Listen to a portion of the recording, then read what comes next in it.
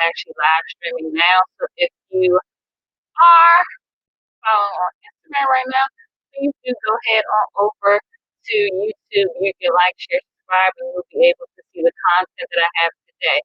So please do transition over to YouTube. Please make sure I'm trying to get the subscribers up there. So make sure you do subscribe to set the bell so that you can get notifications when I do go live or posting content as much as I can. So, love you guys, and get your ass over to chemistry class.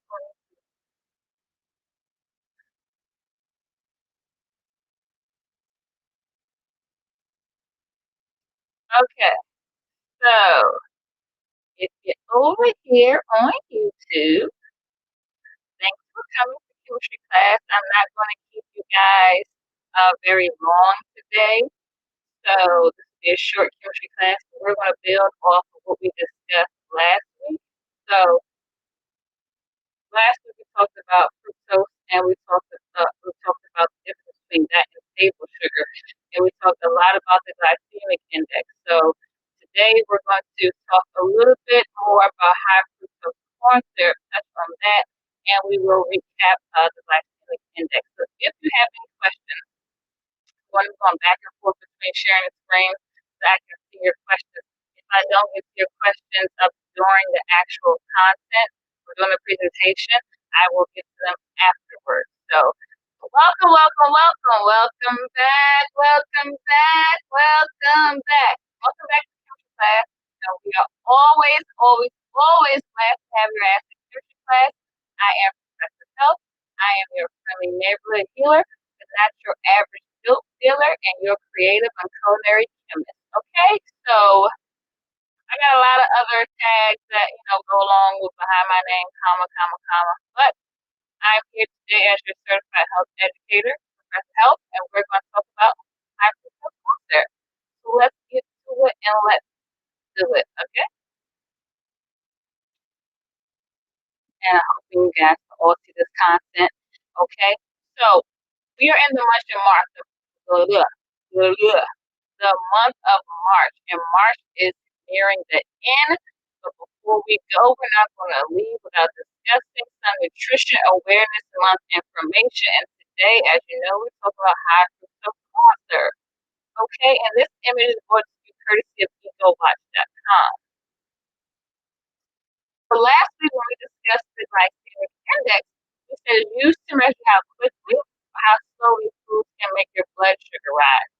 So when you're eating those foods that are higher on the glycemic index, they're going to make your blood sugar rise more rapidly or quickly than those who have a lower glycemic index. Okay? So those are going to make your blood sugar rise. They're going to make your blood sugar rise steadily or slowly. And the levels or the increments or measurements on the rubric on the glycemic index is light, low. Glycemic index is like 55 or below. You have medium glycemic index being at 56 to 69, and then we have high being 70 and above. And this image is brought to you by courtesy of cyberreport.com. We don't know copyright problem. Okay, so since we're talking about high fructose corn syrup today, it is not on the glycemic index. So if I gave you the resource last week so that you could look up things on glycemic index and play around with an experiment, you will not find high fructose corn syrup on there. Why won't you find high fructose corn syrup on the glycemic index? Well, the glycemic index states that it doesn't measure blends, which is kind of peculiar because sucrose, as we talked about last week, is glucose and fructose. But high fructose corn syrup is also glucose and fructose, but they call that a blend. So that's not on the glycemic index. That's reported not to be on the glycemic index. However, what we did talk about last week on the glycemic index, those sugars are glucose, and we talked about pure glucose at a 103 plus or minus 3. So that's on the high end of the glycemic index, high. Sucrose, we talked about it at 65 plus or minus 4. We're going to put that at the high end of the, because we're going to err on the side of caution, and we're going to say that that's high, right? Sucrose, table sugar. Fructose, mainly also known as fruit sugar, also reported in states to come from vegetables as well. So fructose is out of 15. So we know this is way, way low on the glycemic index, right? So, and then agave is at a 10 to 20. So that is actually low on the glycemic index as well. So, as we discussed last week, if you're looking for sugar replacement, if you're looking for sugar replacement and you are on the Dr. Sebi African Biomineral Balance, you have agave, you have date sugar, you have date syrup. If you are not on the Dr. Sebi African Biomineral Balance, you have honey as an option and maple syrup as an option if you choose. But progressing, proceed. So, Mad Scientist Monday, we have to do a recap. So, I gotta tell y'all what I put out there and why I put it out there. So, on Monday, I said that high fructose corn syrup is a natural sweetener. I had to give it a big F, F, F, F, F. I had to go ahead and stamp that with F. It does not get the approval. This is false. This is false. Why? Let's break down why. And I'm not making this up. This is not straight. This is not from my mouth. It's straight from the horse's mouth. This is straight from the source. Straight from the source. FDA themselves. So what do the FDA say? FDA says high fructose corn syrup is derived from cornstarch. Starch in itself is a chain of glucose molecules, right? That are joined together. Keep the vocabulary. Joined together. I mean, you forcefully have to put them together. They don't naturally come like this, right? They give away that it's not natural. These molecules are joined together. Okay. Now, when cornstarch is broken down into those glucose molecules that I just told y'all about, right? It's done by something called hydrochloric acid, right? And the end product is corn syrup, which is essentially 100% glucose.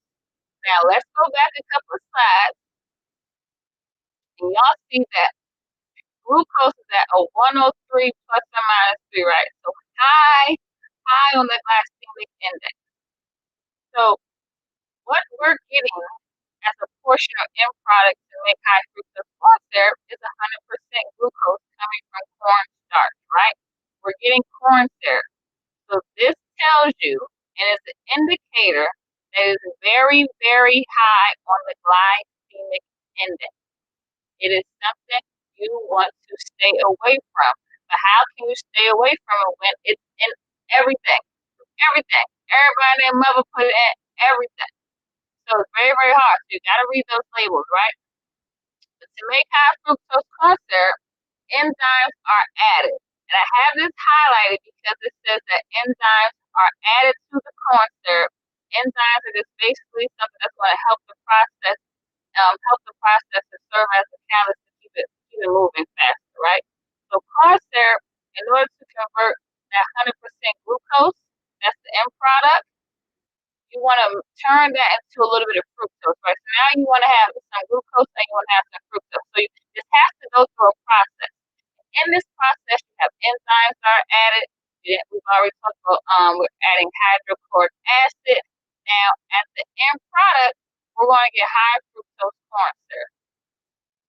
So, how is that natural? How is that possibly a natural sweetener?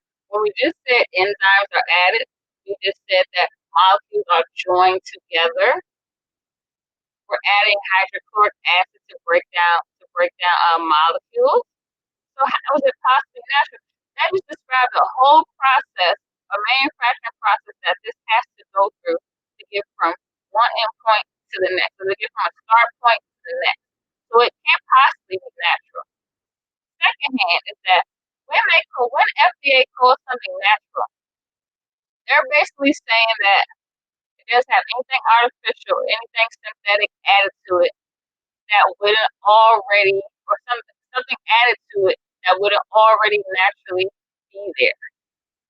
So when it comes to these enzymes, right? Enzymes are in our fruit, right? In our food. So it's like they're saying if it's already there, already exists there, then there's no issue. Regardless if they're not what's naturally there. The enzymes that are being added are what naturally is in the food, right? They're getting these enzymes from somewhere else, right? Then they're adding them to this process. So that's also a dead giveaway that is not natural based upon what FDA says. FDA is saying we can basically call this natural because it's already something that's inside of your food. The enzymes are already there. You gotta watch the language and the verbiage because it's the trickery. It's straight up trickery. For high fructose corn syrup, remember we discussed those enzymes, right? Now those enzymes are put there to increase the fructose content. So when we have the 100% glucose from corn syrup, now we want to get it to being the end product of high fructose corn syrup. We got to add some enzymes in there that's going to break down some molecules, some of that glucose. It's going to turn some of that glucose into fructose. This is how we're getting high fructose corn syrup. I just want to take y'all through the process of understanding what you're actually consuming and why I'm saying that's not natural. Now, let's talk a little bit more about high fructose corn syrup. Get away from the chemistry and the biochemistry of it, right? So it's 8 times more addictive than cocaine or heroin. Somebody run that and play that back. I just said, it's 8 times more addictive than cocaine or heroin. Heroin. 8 times more addictive. So it's tap dancing on these neurotransmitters in your brain, right? And it's like, damn, I need some more. I want some more. I need a hit. Just like you would if you was on a drug. Just like the ones we just mentioned, these dope, we just mentioned cocaine and heroin. Imagine someone you know being on cocaine and heroin, and what are they doing? Especially heroin. They're always looking for the next high. They're always looking for their hit. So if high fructose corn syrup is 8 times more addictive than that, more addicted to heroin. Like I can't even imagine something being more addicted to heroin that's legally sold. Well, I can imagine because we're in America. That's legally sold on the market and push advertised towards kids. Excuse me, guys. Push and advertise a lot towards kids, right? 8 times more addicted. So you wonder why your child or your family member run around the house crazy, bouncing off the walls. It's they're overstimulated, right? They are, and not only are they overstimulated, they are addicted. They are addicted. It's a drug, okay? Now, high fructose corn syrup is 20 times sweeter than table sugar. So they decided sugar just ain't sweet enough. Sugar just ain't doing it. It ain't the move no more. We need something that's gonna help these people. We need something that's gonna work a little bit better. We got it. We gonna make high fructose corn syrup. And that's what happened. They made high fructose corn syrup and now it's 20 times more sweeter than table sugar. Sugar is sweet in itself. Like you wanna make something that's stronger than that. Stronger than that. 20 times stronger and more addictive than that. Like, but I'm just here to tell you what y'all was saying about food. Y'all choose to make the decisions as you choose, as you wish. I'm just the best help, you know. The average person gets some 20 teaspoons of high fructose corn syrup per day and 34 teaspoons per day as a teenager. That's a lot. Now, the American Heart Association, Rose Eyes, recommends no more than 6 teaspoons per day for a woman and 9 for a man. Now, the American Heart Association is saying, look, you only need like 6 to 9 teaspoons a day. So basically, that's a third of what people are consuming. This is a third. 20 to 34 teaspoons a day? That's cray. I digress. But why? The next question, when you are a professor health student, you know to ask questions, right? These questions always lead to great experiments, right? Where all begins, the science all begins in questions. So the question of the day is, why does the American Heart Association recommend high fructose corn syrup at all? Why? Why would the American Heart Association, IROS, recommend high fructose corn syrup at all? When I know, and now you know, The high fructose corn syrup is linked to obesity and type 2 diabetes. Why would the American Heart Association recommend it at all? Why does the American Heart Association recommend agave? Why don't they recommend date syrup? Why are they recommending high fructose corn syrup? That is beyond me. I'll probably never know the answer to that question, but I really don't need to know. But I'm just here to put that birdie in your ear. Anyways, so high fructose corn syrup and mercury. Now remember that we said natural by FDA standards, meaning that nothing synthetic, nothing artificial added into the process, right? In 2009, there's a study published that 55 products with high fructose corn syrup as the first and second ingredient, meaning that the first ingredient is always the most abundant. It's what the product is made mostly of. And then it goes from there to the highest abundance to least abundance. So the first ingredient is always going to be the main ingredient. Now, in this study, the first and second ingredient was high fructose corn syrup. So that means that these are high fructose corn syrup products. Those are the main ingredients in these products. They were tested for total mercury. Mercury is known as a neurotoxin, right? It's really bad for our health. We don't want to consume mercury. That's why in schools and in jobs, you will no longer see the mercury thermometers because if that mercury falls on if that thermometer breaks, that mercury falls on the floor, that's a problem, okay? Um, Methyl mercury is also known to be in seafood. This is why women who are pregnant, especially people in general who eat seafood, you're told not to eat seafood more than twice a week. Women who are pregnant are really told to monitor their seafood intake because what the mercury can do to the nervous system. So, anyway, the product was 55 products were tested for total mercury. The types of mercury are unknown. So I'm going to go over some of the products. 17 out of 55 samples have mercury in them. Yeah, run that back. 17 out of 55 samples have mercury in them. And we're going to go down the line. We're going to talk about these products because some of these products were staple in my house when I was growing up. They probably was a staple in yours. If they staple in your house now, by the end of this year's class, I'm going to use them trash and trash. Okay? Don't even donate it to nobody. Throw them right in the garbage. Okay?